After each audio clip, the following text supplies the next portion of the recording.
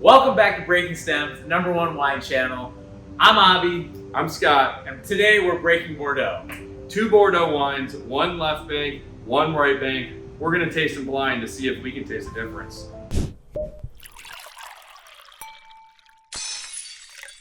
Hey, who's gonna clean this up? Last week we were focused on Napa. This week we're focused on Bordeaux. Really one of the biggest, most notable, most historic wine regions in the entire world. There's some great wines that have been produced in Bordeaux for thousands of years that are, some of them, still being produced today. Even though Bordeaux has been making wines for thousands of years, I think today Bordeaux is producing some of the highest quality of wines across the board. And I know, people our age aren't necessarily gravitating towards buying a lot of different chateaus and aging them. And I think there's a little bit of a stigma that comes with Bordeaux, but man, there's some quality. And you just gotta look at the history. I mean, this is a region that's been producing wines for over 2,000 years. And then in the 12th century, it really became a wine for English royalty. So that's where we get the name Claret. And then in 1855, you had Napoleon create the classification of Bordeaux wines. So you get the Lafittes and Margots and the Haut-Brions of the world. And then you fast forward to today, those first groats are still iconic, but I think there's an argument to make that fifth groats, fourth groats can be just as good potentially. And a lot of top chateaux second labels are excellent. So I think today will be a fun way to explore a little bit of that and see if we can squeeze some value out of Bordeaux. Bordeaux is really known for blending wines.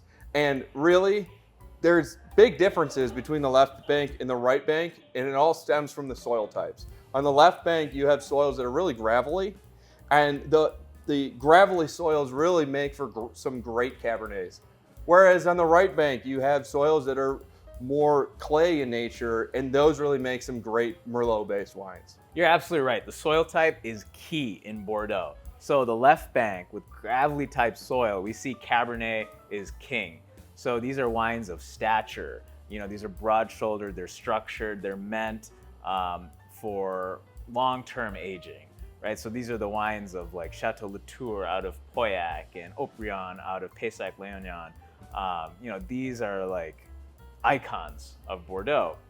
But you really can't overlook the right bank. It's a lot of clay and limestone. These are softer soils in which Merlot thrives. So these wines tend to be a little bit more plush and elegant and accessible, but I think they're still extremely age-worthy. You get top chateaus like Petrus and Vieux Chateau Certain and Le Pin, all of which reach eye-watering prices in auction. And of course, there are other wineries like today, I think we'll explore a few, that is extremely close to La Fleur Petrus and comes from the blue clay soils that really fuel a lot of these top wineries. Great. So Abby, I know I can't be the only one that traditionally, I've been a little bit intimidated by French wines. Sure. I've really started to learn a lot more about them. I really enjoy them now. Sure. But when I was just starting on my wine journey, even just understanding the French language and the labels could be difficult for me. So how did you get into French wine? I owe it to a buddy named John. If you're watching, shout out to you. It really stemmed, one, where he introduced me to a lot of the great wines of Bordeaux right off the bat. I remember drinking some 70s Lafitte and Mouton and not really understanding it at that point, but kind of getting it. And it really hit me a couple years later. We were at a steakhouse in New York and we'd gone through a really nice dinner. And at the end we thought, should we get one more bottle? And we ordered a bottle of 1986 Pichon Lalande. And it was brilliant. It was as if all the components of that wine had just integrated, and it was like a harmony of aromas, and everything on the palate was so well integrated. I almost shed a tear. And it was funny because the staff were kind of telling us to get out of the steakhouse, like putting chairs up on tables and everything. Meanwhile, we're just enjoying this 86 Pichon Lalande. So after that, I was hooked. That's awesome. Obviously, we're not, enjoying a wine of that stature today. But I think we're still going to be surprised by these. They smell really great, but we don't know we don't know which one is which yet. Yeah, we don't know what they are. We'll see if we can tell the difference between left bank and right bank and dive a little into them. Yeah. Today, we're obviously not going to be enjoying a wine of that stature. Hey, maybe when the Breaking Stems budget gets up, we can get some Lafite on the show, right? Yeah. Well, you brought a great wine last week. That's true. Yeah. Today we're going to be trying 2 different wines, one from the left bank, one from the right bank. We know what the wines are, but my wife and his fiance have set this up blind for us. It's the same vintage, right? So It I is, brought yes. Clos de Clocher out of Pomerol. And what'd you bring? I brought Château LaGrange from St. Julien. Oh, nice. Okay. This will be fun. So both wines are kind of in the similar price point. Yep. Both are excellent quality chateaus. What I know for Clos de Clocher is that it comes from, the blue clay that Petrus is known for. So much so that the entire bottle has blue accents all over it, and it's right next to La Fleur Petrus. Very nice. All right, Scott. So tell me a little bit about Château LaGrange. So I don't know much about Château LaGrange, but I do know that they were a part of the 1855 classification. Yep. And they are third growth. And I do know that they were acquired about 40 years ago, and they've really been on the forefront of some of the more modern winemaking techniques and styles that you can see throughout the Bordeaux region. I believe it. I think there's a lot of chateaus out there that are reinvesting in their technology and winemaking to really create world-class wines at every level.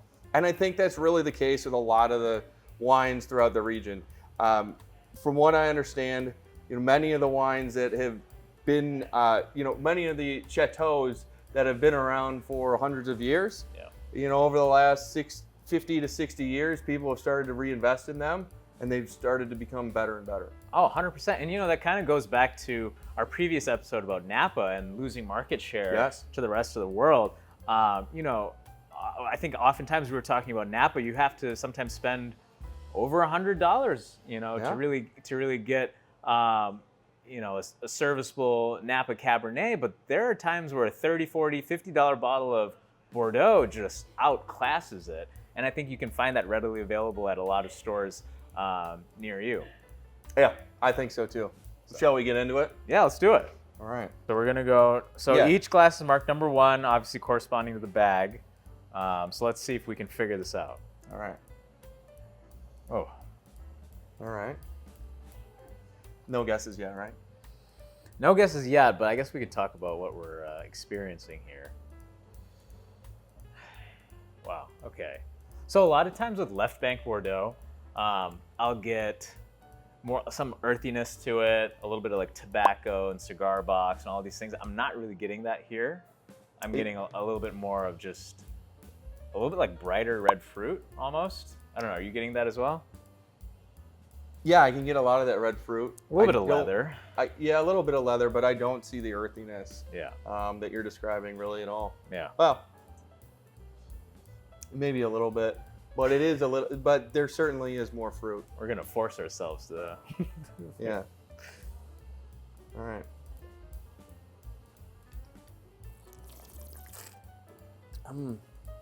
Okay. Well, I don't want to make any early guesses, but tannins aren't that strong. Tannins are kind of an indicator of, maybe a Cabernet. I think just a little bit softer than that. I can see that. Only thing I would say, we could keep in mind that 2019, great vintage, warm vintage, so it makes the wines more approachable. So if you want to find a wine, this is just like a helpful hint to the viewers. If you want to find a wine that's ready to go and you're in a local store, maybe ask for a wine that was not necessarily in a hot vintage, but was in a warmer vintage. And typically those wines tend to be a little bit more accessible right off the bat. This could be the LaGrange, but I want to taste the second one. Let's see. This, just looking at them. Yeah.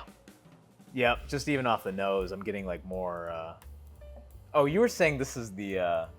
You were thinking this is the Merlot, the. Possibly, but I haven't had anything to compare it to. Let's see if we can get a color difference here. I was trying it's to about look. The same. Wow. It really is about the same. Number 1, I think it's a little lighter.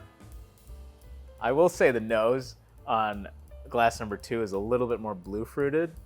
Okay. Which lends me to think it's Merlot, so the Clos de Clocher. Wow. What do you mean by blue fruited? I So- don't know if I could. I'm not advanced enough to be able to. When I think of blue fruits, like, just blueberries, more like plum. Sometimes you get like that kind of raisin note, but not necessarily in this. Okay. Boysenberry. I can see some of those. I guess I'm trying to process some of the red fruits, and I don't. I see what you're saying. Oh, that's tasty. You get a little bit of that oak influence with some baking spice in there. I get the baking spice Yep. right off. Yeah. Right off the bat. Very interesting. Yeah. It is plush. It's also not drying. It's not drying like glass number 1. Yeah. I'm gonna have to compare them side by side. Wow, it's tasty though. It's very good. It's tasty. I'd it's like good wine. to sit out with a little steak on a patio or something. Yeah, I think we can do that after this. Yeah, fairway. Yeah.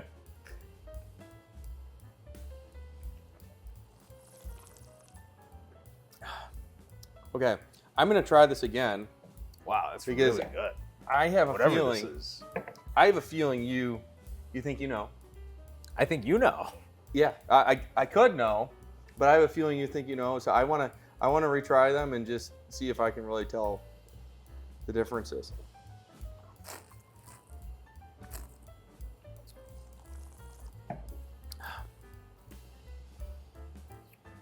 Okay. Yeah, I see some of the plushness. Just when I'm trying to process what the differences are, and you're talking about some of the plush flavors of the second one. I can now that I have a frame for both, I can see some of that in the second one. Yeah. But I'm still not 100% convinced Okay. that it's the right bank. So your number 1 you're thinking is The left Clos de bank. Clocher. My number 1. Oh, you're thinking is right bank. Sorry. Yes. It's Clos de Clocher. Yeah. And I'm thinking it's LaGrange. Oh, right. man. Shall we Wait, reveal? Let me go one more time. Okay. I'm really curious. Do I lose the wine snob title if I'm wrong? No, I don't think you lose. I mean, based might. based on the wine tastings I've seen across YouTube and other avenues, Yeah. I don't know if you lose the wine snob title. All right. I have a feeling you're right, but I'm gonna stick with my Okay. guess and say that number 1 is LaGrange and number 2 is All right. Clos de Clocher. I think the opposite. All right, We'll let's see. pull them. Let's reveal. You want to open up the other one? Yeah. All right. Oh. Oh. Look at that. You're right, sir. Oh, okay. You kept your. I can keep the wine snob title. Yeah, you can keep the wine snob title. It's interesting though because a lot of right bank wines, especially for being a third growth, I typically find them to be a little bit more like broad-shouldered, and I still will get that baking spice note and like leather and tobacco, which I'm not really seeing with LaGrange. But another thing to keep in mind that might not be the chateau style. Could be. A lot of time in Bordeaux, a particular chateau has a style and certain characteristics, and then they just abide by that for ages. So. Yeah, I know. I think what really confused me is just, maybe when I think of Cabernets, I'm really thinking of some of like the bold, very tannic, like Napas, like we tasted last time. Yeah. And I think that's what kind of threw me off of this. Yeah. I'm not as good as figuring out some of the, more fruit-driven flavors, but I do when I'm tasting a wine, I can. I'm analyzing it myself to figure out how dry it is. Yeah. Some of the acidity. Oh, yeah. Some of the sweetness.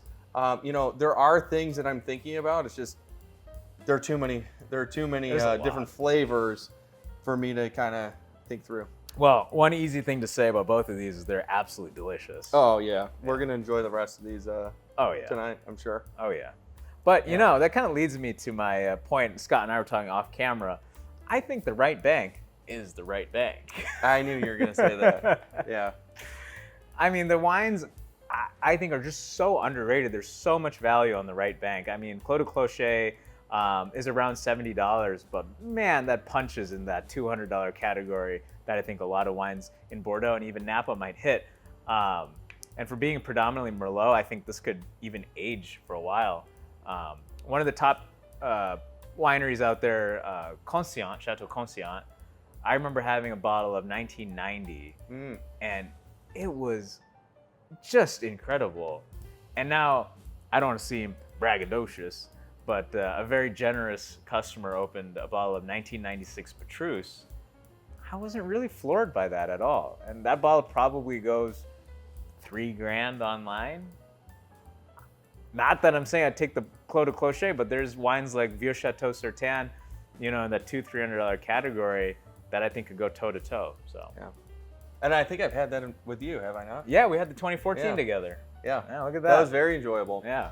You know, yeah, for me, you know, on this channel, we talk a lot about value. Yeah. As somebody who's, you know, trying to build up a cellar, I see a lot of value on buying Bordeaux's because they're very age-worthy. 100%. You don't need to spend what you need to spend, or what some people would tell you to spend in Napa. And for that reason, I'm going to put more of these in my cellar. Absolutely. So I don't think it's the worst thing to talk about value, especially in this day and age.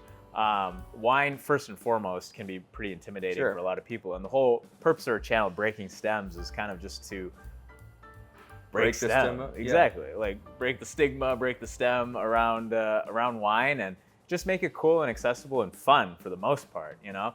And I think when we show wines that are extremely aspirational, I think that's great, and that's certainly one aspect of wine, but We should still do that. we should totally still do that. But I think showing that middle ground is extremely important, especially in today's day and age. Yeah, definitely. You know, I think there's maybe at a different point in time, we should start thinking about bringing in some cheaper wines and seeing how those fare. I think there's still value under the $50 range too. Under 20. Under 20. Let's look. You know, it's funny. Somebody that I was talking to recently about our channel had mentioned, "Oh, you should blind taste box wine," and I was like, "Well, that sounds like a really interesting, like fun, creative idea." Yeah. I don't know if we'll do it next, but we should definitely think about something fun like that in the future. I'll have to get buzzed up for that one. Yeah. All right. Thanks so much for tuning in for our second episode of Breaking Stems. We'll be back with another one. In the meantime, eat well and drink better. Cheers. Cheers.